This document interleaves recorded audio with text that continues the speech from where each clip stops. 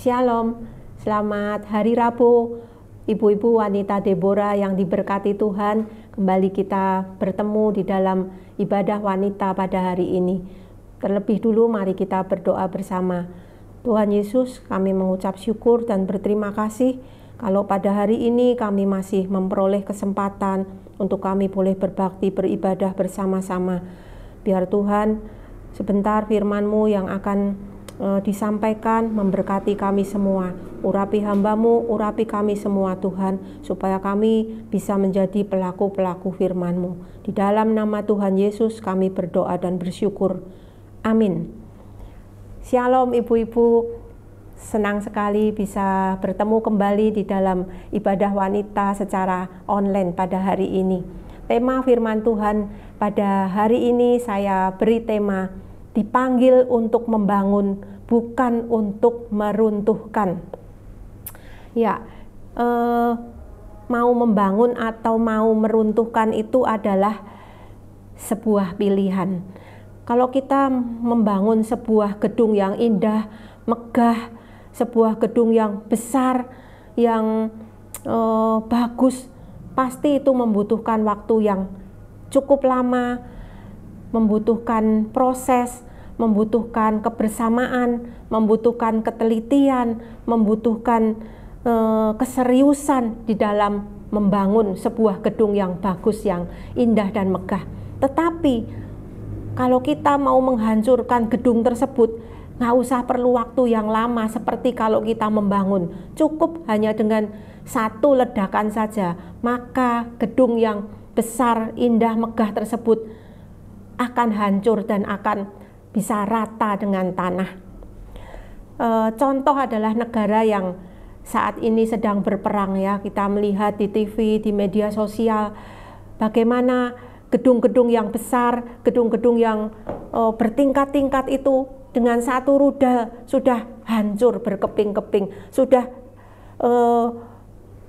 hancur seperti tidak ada bangunan yang bagus, tapi itu hanya dibutuhkan waktu yang sangat singkat.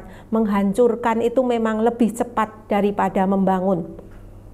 Ibu-ibu, sebagai anak-anak Tuhan, Tuhan itu memanggil kita bukan untuk menghancurkan, bukan untuk meruntuhkan, bukan untuk membinasakan, tetapi untuk membangun. Meskipun dunia saat-saat ini ya sedang terjadi saling menghancurkan, saling membunuh, saling membinasakan, saling meruntuhkan, tetapi kita sebagai anak-anak Tuhan, panggilan kita adalah panggilan untuk membangun. Salah satunya yang bisa menghancurkan itu adalah melalui kata-kata. Kalau istilah zaman sekarang itu sedang terjadi banyak bullying atau pembulian dengan kata-kata. Ya, saat-saat ini marak terjadi baik di sekolah-sekolah dari SD, SMP, bahkan sampai universitas pun terjadi yang namanya pembulian, baik dengan kata-kata maupun dengan tindakan. Ya, kita ingat ada seorang dokter di universitas terkenal yang ada di Semarang, dia juga dibully habis-habisan sampai akhirnya dia mati dengan bunuh diri. Jadi dampak dari pembulian itu sangat luar biasa kejam ya, bisa mengakibatkan pembunuhan karakter, tidak ada masa depan seolah-olah, dan trauma panjang, bahkan bisa berujung kepada kematian ataupun bunuh diri. Ada sebuah survei yang dilakukan oleh sebuah lembaga, antara dibully secara verbal atau secara kata-kata dengan secara fisik ini lebih berat mana dampaknya. Dan ternyata pembulian dengan kata-kata secara verbal itu dampaknya lebih besar, karena kata-kata itu membekas di dalam hati kita, bahkan mungkin seumur hidup tidak akan pernah bisa hilang, tidak pernah bisa kita lupakan, selalu kita ingat, karena dia pernah melukai dengan kata-kata, melukai hati kita dengan kata-kata. Perkataan kita itu punya kuasa yang besar, baik untuk membangun atau menghancurkan, membunuh karakter seseorang. Di dalam Efesus 4 ayat 29 dikatakan, Janganlah ada perkataan kotor keluar dari mulutmu, tetapi pakailah perkataan yang baik untuk membangun di mana perlu, supaya mereka yang mendengarnya beroleh kasih karunia. Perkataan kotor itu bisa memfitnah, menyakiti hati, mencaci maki, menghina, melukai dengan kata-kata kita, dengan perkataan yang kita ucapkan. Itu sebabnya di dalam Efesus diingatkan, pakailah perkataan yang baik untuk membangun, karena perkataan yang tidak baik itu tidak bisa membangun tetapi menghancurkan. Tapi pakailah perkataan yang baik untuk membangun di mana perlu, supaya mereka yang mendengarnya beroleh kasih karunia. Ada dua hal saja yang akan kita pelajari pada hari ini. Yang pertama, kita belajar bahwa Allah kita itu adalah Allah yang membangun. Mazmur 127 ayat yang pertama dikatakan, nyanyian ziarah Salomo.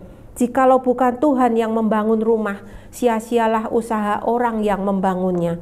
Jikalau bukan Tuhan yang mengawal kota, sia-sialah pengawal berjaga-jaga. Tuhan kita itu bukan Tuhan yang penghancur, bukan Tuhan yang meruntuhkan, tetapi Tuhan yang membangun. Membangun apa saja? Membangun iman, membangun karakter, membangun masa depan, membangun pengharapan, membangun hal-hal yang positif dari diri seseorang.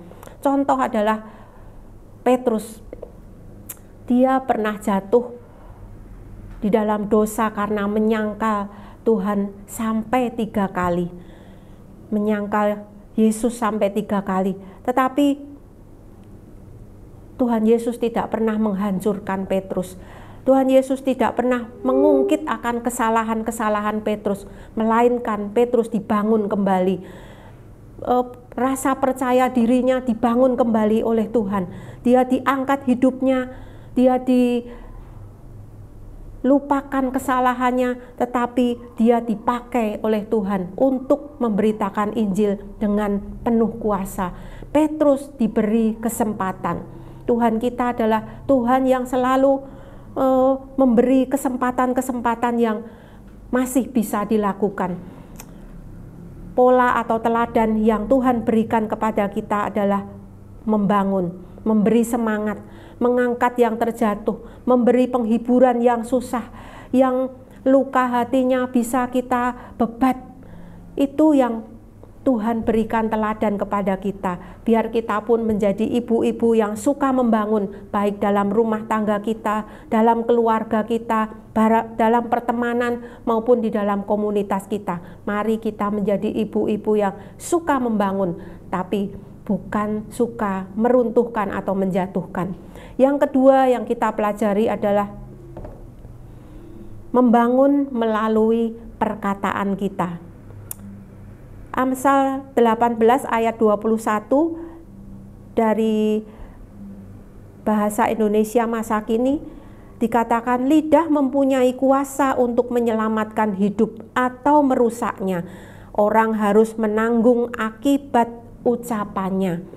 Apa yang kita akan perkatakan itu sebuah pilihan ya. Kata-kata kita mau kata-kata yang membangun atau kata-kata yang meruntuhkan, mau kata-kata yang bikin panas seseorang atau kata-kata yang akan menyejukkan seseorang. Contoh di dalam Alkitab, di dalam Kisah Rasul 9 ayat 26-27, seorang rasul bernama Barnabas dan Paulus. Rasul-rasul yang lain pada waktu itu takut untuk menerima kehadiran Saulus yang ingin bergabung, karena pada waktu itu Saulus ini adalah bekas penganiaya jemaat. Tetapi Barnabas, dia menceritakan kepada rasul-rasul itu hal-hal yang positif mengenai Paulus ini.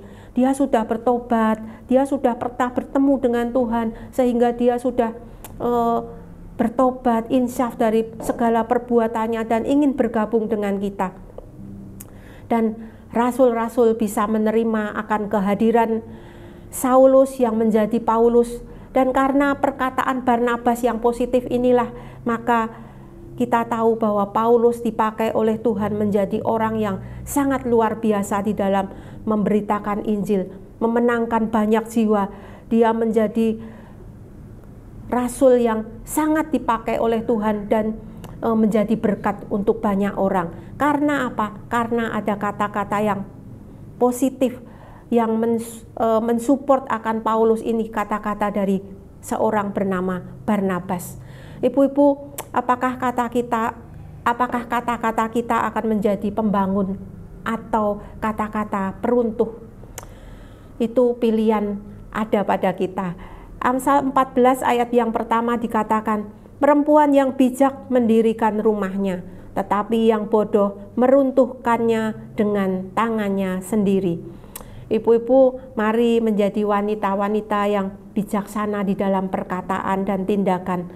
Dan kiranya akan lebih banyak orang-orang yang kita bangun, kita segarkan, mungkin kita sembuhkan dari luka hatinya, mendapatkan berkat dari perkataan kita, daripada yang kita lukai atau yang kita sakiti. Kita bijaksana di dalam mengontrol emosi kita. Memang ketika kita marah itu seringkali kata-kata tidak terkontrol, tetapi biar melalui firman Tuhan pada hari ini kita bisa mengendalikan emosi kita sehingga kata-kata kita boleh menjadi berkat. Kita dipanggil untuk membangun, bukan meruntuhkan. Tuhan Yesus memberkati. Amin.